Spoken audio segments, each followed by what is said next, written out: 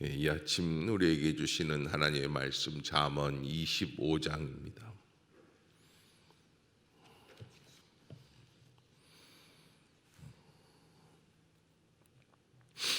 잠언 25장 한 절씩 교독하겠습니다. 이것도 솔로몬의 잠언이요 유다 왕 히스기야의 신하들이 편집한 것이니라.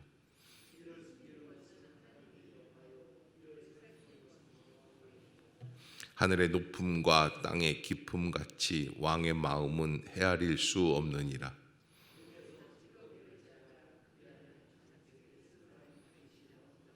왕 앞에서 악한 자를 제하라. 그리하면 그의 왕위가 의로 말미암아 견고히 서리라.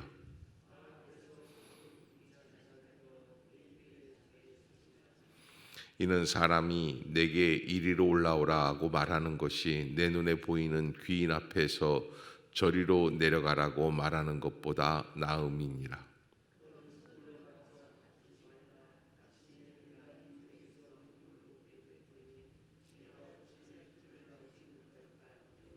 너는 이웃과 다투거든 변론만 하고 남의 은밀한 일은 누설하지 말라.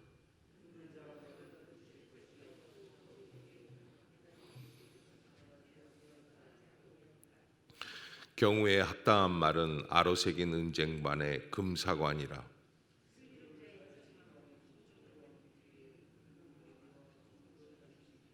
중성된 사자는 그를 보낸 이에게 마치 추수하는 날에 얼음 냉수 같아서 능히 그 주인의 마음을 시원하게 하느니라.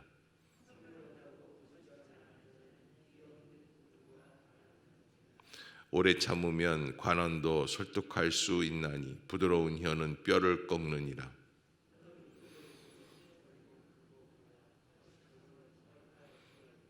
너는 이웃집에 자주 다니지 말라. 그가 너를 싫어하며 미워할까 두려우니라.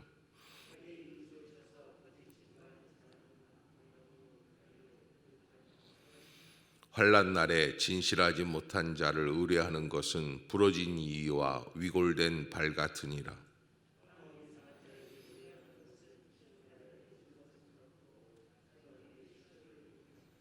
내 원수가 배고파 하거든 음식을 먹이고 목말라 하거든 물을 마시게 하라.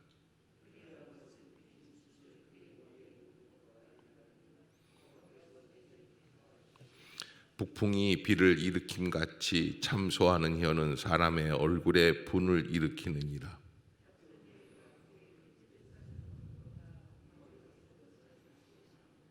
먼 땅에서 오는 좋은 기별은 목마른 사람에게 냉수와 같으니라.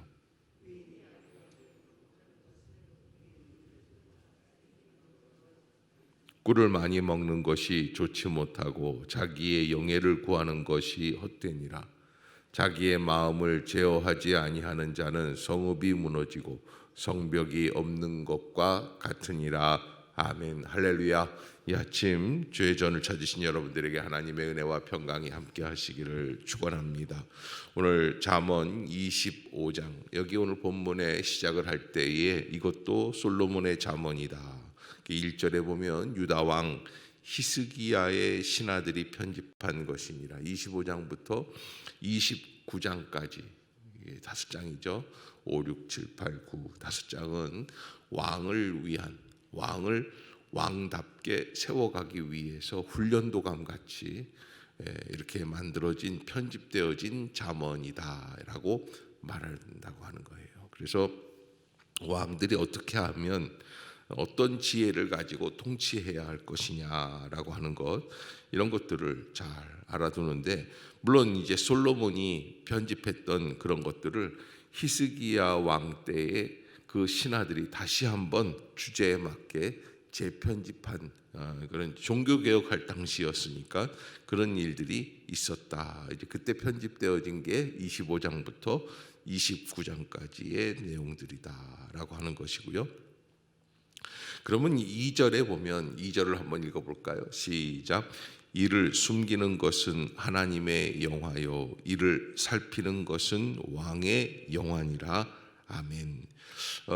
여기 이제 가만히 보면 우리가 하나님 앞에서 어떻게 왕 일을 해야 하는 것이냐, 그러니까 자신의 정체성을 잘 알라는 거예요. 그래서 하나님께서는 어떻게 일을 행하십니까? 숨김으로 하신다. 하나님은 그 깊으신 뜻, 우주의 통치 방법, 의도 이런 것들을 인간의 이해를 초월한 것임을 말씀해 주신다고 표현하고 있습니다.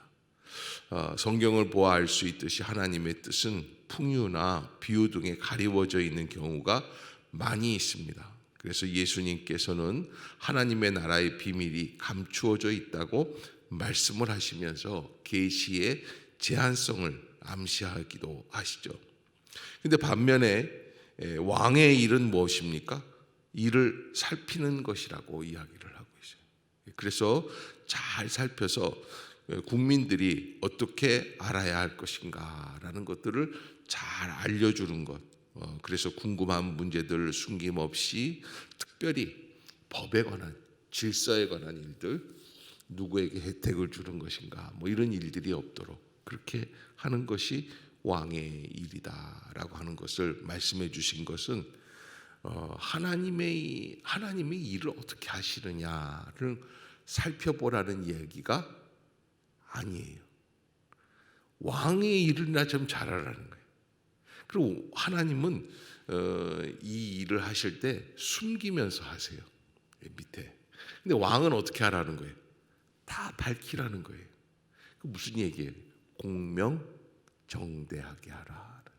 그것이 우리가 마땅히 해야 할 일들이다. 이 지도자들이 감당해야 할 일들이다라고 하는 것이죠.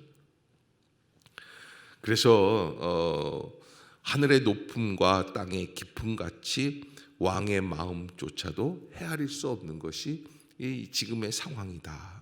그러면 어떻게 해야 왕이 그 왕위를 견고히 할 수 있을까? 4절에서 5절까지 한번 읽어보겠습니다. 시작. 은에서 찌꺼기를 제하라. 그리하면 장색에 쓸만한 그릇이 나올 것이요 왕 앞에서 악한 자를 제하라. 그리하면 그의 왕위가 의로 말미암아 견고히 서리라. 아멘. 가장 중요한 것은 왕에게 있어서 왕권을 잘 유지해 나가는 건데 어떻게 해야지 되느냐? 마치 은에서 찌끼를 제거하듯이. 은에서 찌끼를 제거하는 것은 풀무불에다 집어넣고 그 은을 연단시키는 게 마땅한 거 아니겠습니까? 그런 것처럼 왕 주변에서 악한 간신들 이런 것들을 제거하면 왕위가 견고하게 될 것이다. 그래서 왕이 어떻게 해야 철저하게 잘 감당해 나가는가 이런 것들을 이제 말씀해 주시는 거죠. 그러면 6절부터 이제 7절, 8절 왕이 개인적으로 어떻게 행동하는가라고 하는 것에 대해서 6절에 보면은 왕 앞에서 스스로 어떤 채 하지 말라 그랬습니까?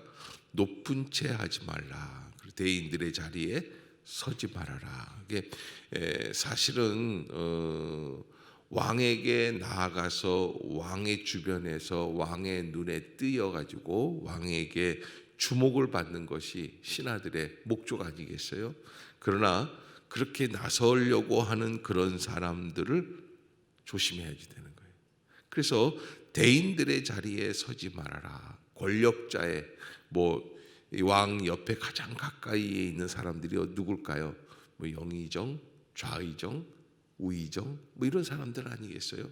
그런 사람들 옆에 서 있지 말아라라는 게 조금 중요한 일일수록 멀리 두고 먼 발치에서 한번 살펴보고 내가 할 수 있는 것들을 제대로 하는 게 중요하다. 그래서 7절에 보면은 그런 말씀이 있습니다. 어떻게 해야 바람직한 거냐? 7절 시작. 이는 사람이 내게 이리로 올라오라고 말하는 것이 내 눈에 보이는 귀인 앞에서 저리로 내려가라고 말하는 것보다 나음이니라. 예수님도 비슷한 말씀을 해주셨어요. 잔치에 가면 상석에 앉아라 말아라? 앉지 말아라. 왜? 만약에 주인이 나타나가지고서는 이 서양 사람들은 이 자리에 앉는 것, 좌석 배치를 굉장히 중요하게 생각하는데 아유 저기 김 집사님 일로 와서 앉으세요 하고 그랬는데 내가 앉아 있는 거는 별로 담닥지 않게 생각하는 거. 내가 괜히 나서 가지고서 그 옆에 앉아 있다가 아뿔싸 이렇게 어려움을 겪게 될 수 있다. 창피함을 겪는다는 거예요. 근데 마찬가지예요. 왕 주변에서도 자꾸 나서고 이런 사람들 조심하라는 거예요. 왜냐하면 왕이 딱 봐가지고서는 다들 모든 사람들이 다 있을 때 왕이 마지막으로 딱 등장해가지고서는 영의정이 일로 오시오 그랬는데 보니까 새로 들어온 신하드가 옆에 딱 앉아 있었단 말이에요. 저쪽으로 가라. 이렇게 하면 얼마나 창피한 일이잖아요. 그러니까는 함부로 나서지 말아라라는 거예요. 진정으로 지혜로운 사람은 자기가 있어야 할 자리를 잘 파악하는 거죠. 그것은 자기의 뭐라 그럴까요? 나는 뭐 부장이니까, 나는 무슨 뭐 구역장이니까 이렇게 해야지 하는 자기의 기득권을 얻을 수 있는 그런 자리를 차지하는 얘기가 아니에요. 조금 더 겸손하게 그 일을 행하라는 거예요. 이게 참 필요해요.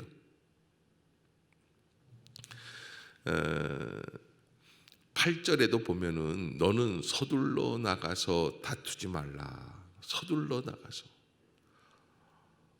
이건 내가 책임이니까 내가 잘 알고 내가 해야지 돼. 그러고서 착착착착 해서 하면 얼마나 좋겠어요. 근데 꼭 그렇게 하지 말아라. 한 박자 늦게 나가는 거예요. 그럴 때는 너무 그러면서 9절에도 마찬가지죠. 9절 한번 읽어봅시다. 시작.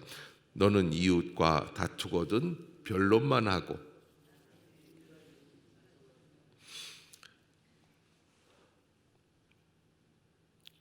안 해도 될 이야기가 있어요. 어저께 이 차가 접촉사고가 일어나는데 아파트에 뭐 주차를 해놨잖아요. 근데 이거 누가 해놔? 어젯밤에 10시에 저 말잔의 아빠가 늦게 들어오는 것 같은데 봤어요? 내가 봤어. 내가 술이 취해가지고서 들어오는데 내가 봤는데 저기 까만 차가 하얀 차를 긁은 것 같은데 뭐 요것만 얘기해 주면 되는데 그때 보니까 그 까만 차 이렇게 지나가면서 보니까는 이런 말자 아빠고 영자 아빠가 내리면서 보니까는 웬 예쁜 여자랑 같이 내리는데 그 얘기는 안 해도 될 얘기예요. 그렇죠? 뭐만 얘기하면 돼요? 누가 이 차를 긁었느냐 이 얘기만 하면 되는데 사람이 똑똑한 채 하려고 하다 보면은 이웃의 부끄러운 부분도 얘기하려고 하는 거예요. 그럼 푼수예요. 그럼 바보입니다. 그래서 조심해야지 됩니다. 자기가 너무 많은 비밀을 알고 있다. 정보를 알고 있다. 요즘 뭐 이렇게 보면은 교회라든지 아니면 대통령하고 친하면 윤석열 대통령 어린 시절에 같은 동네에서 뭐 제가 만약에 선후배로 같이 있었다. 그 집에 놀러 가서 같이 그 별것도 아닌 것 같고서는 내가 말이야 어렸을 때 말이야 성렬이 형하고 뭐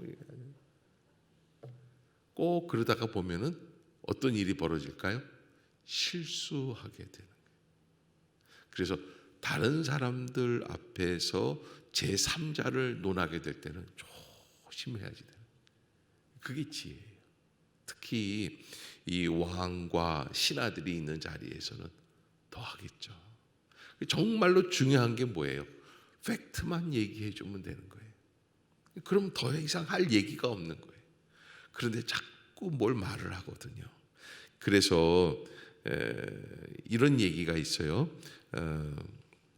11절. 자, 말하는 게 참 어려운 게 11절 시작. 경우에 합당한 말은 이 아로새긴 은쟁반에 예쁜 그림 안에 있는 금사과와 똑같다라고 얘기하는 거예요. 그런데 여러분 이 경우에 합당한 말이라는 게 여러분 이게 그림 같은데 이렇게 보면은 이렇게 은쟁반에다가 예쁜 사과가 탁 있으면 예뻐요, 미워요? 그렇죠? 그렇게 예쁘게 살 수 있는 방법이 어디에 있느냐라는 거예요. 뭐예요?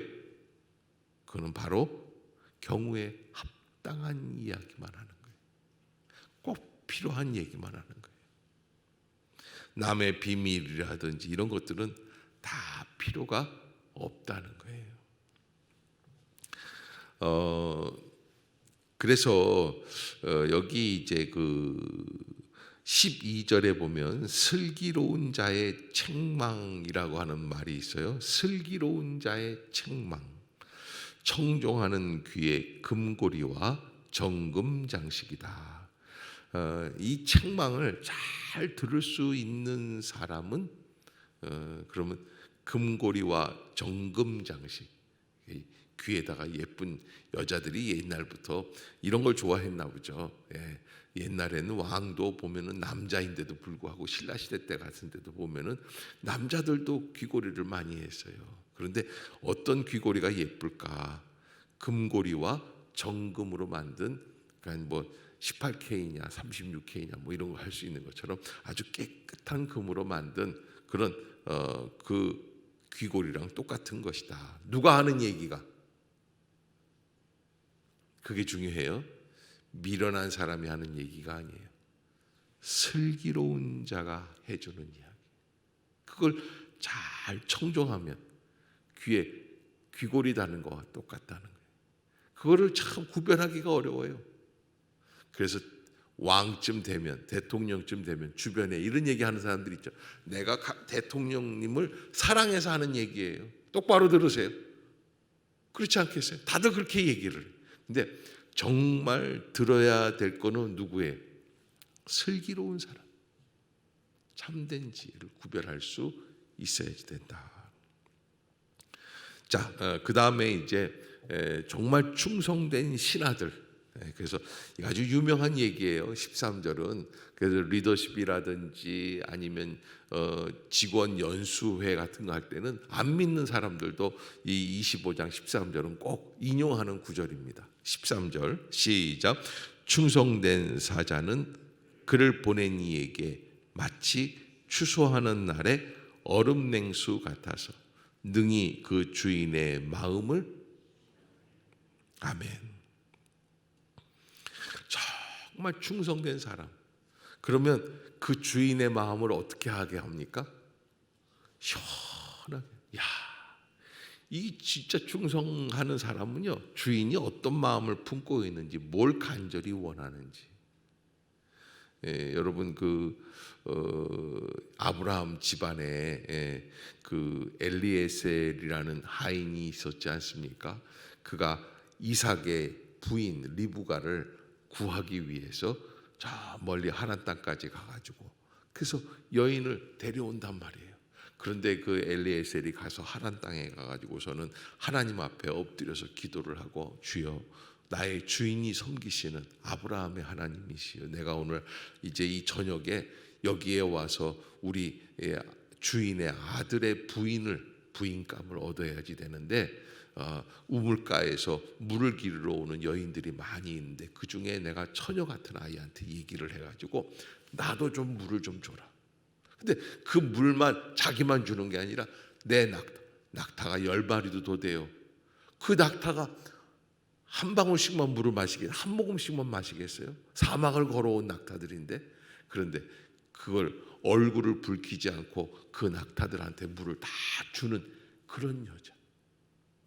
이런 여자가 되려면 어떤 여자가 돼야 될까요? 그렇게 기도를 하는 거예요. 그래서 리브가를 만나요.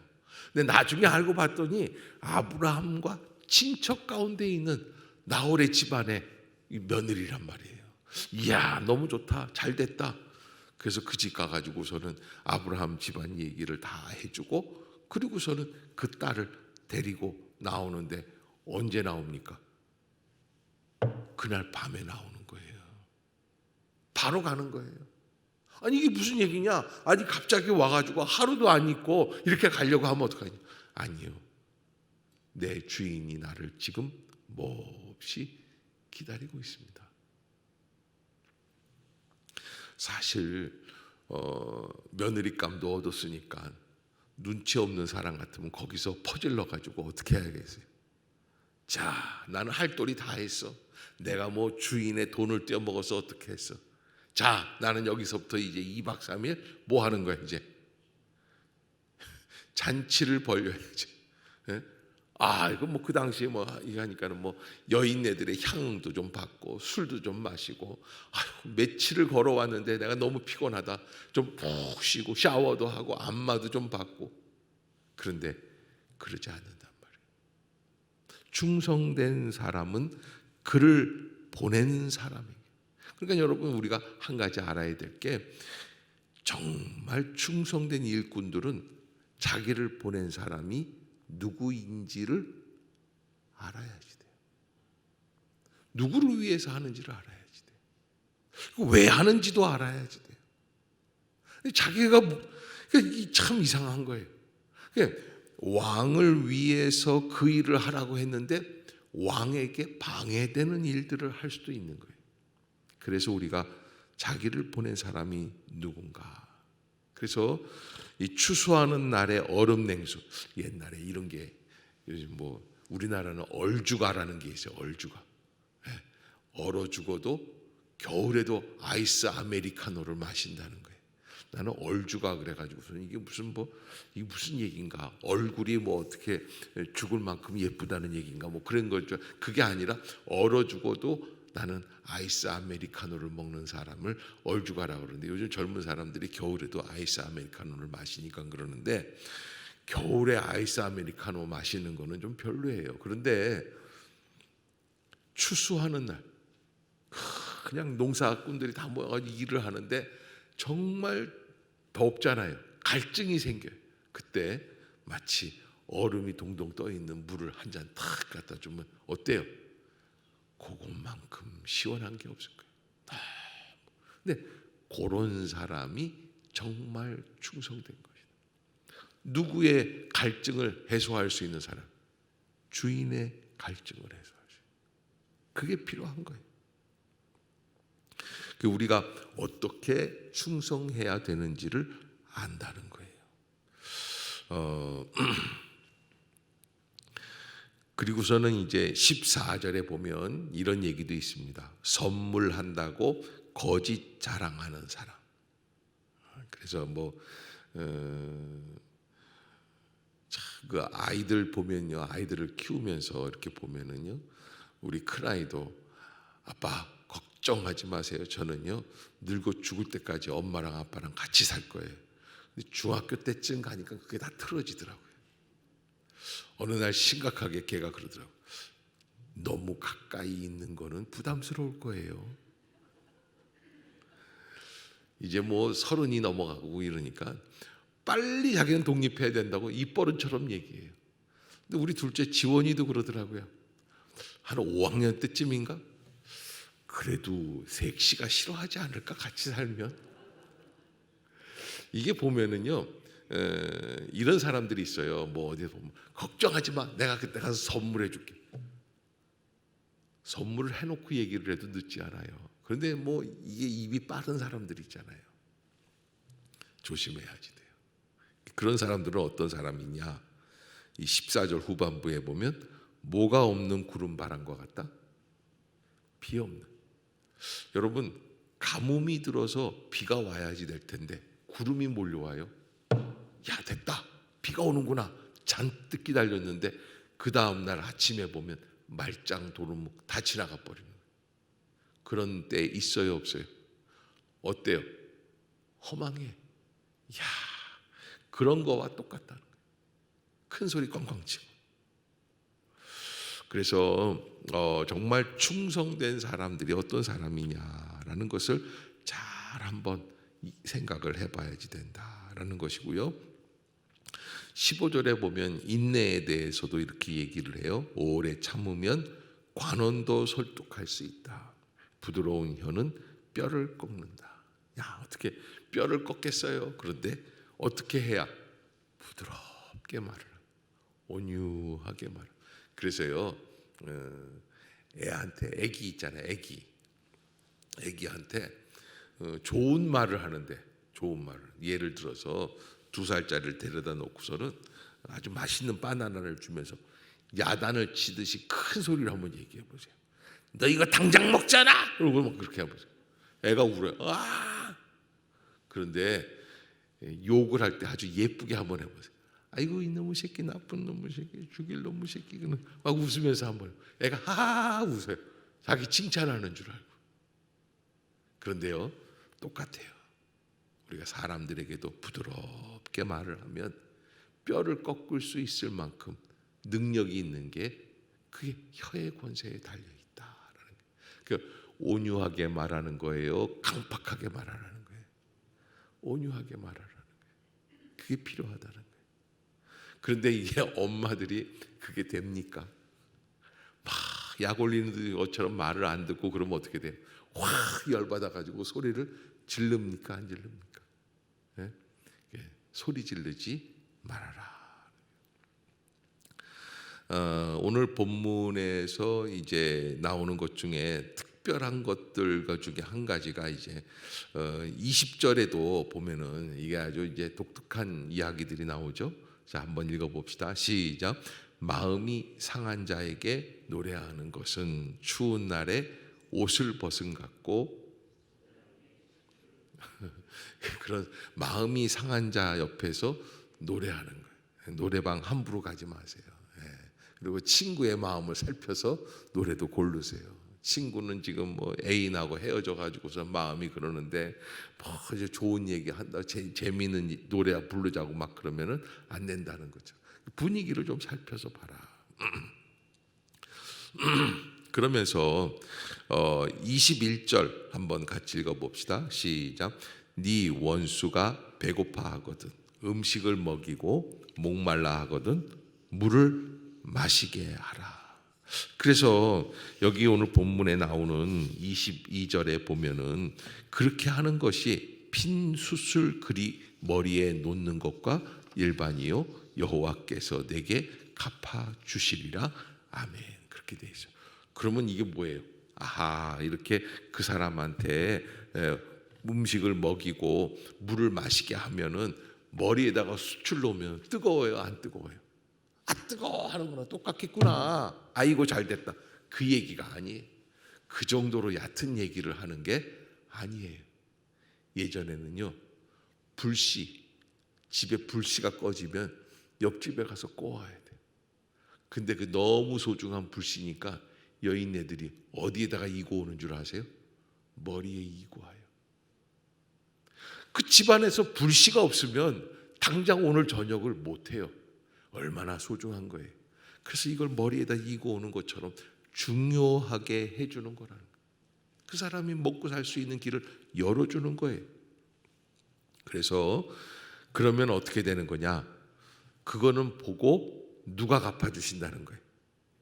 하나님이 갚아주시는 거예요. 그러니까 누구한테 잘하는 게? 지들끼리 친한 놈들끼리 잘하는 게? 원수한테 잘하는 거예요. 원수한테 한번 해보라는 거예요. 우린 그걸 못해. 왜? 내가 의롭거든.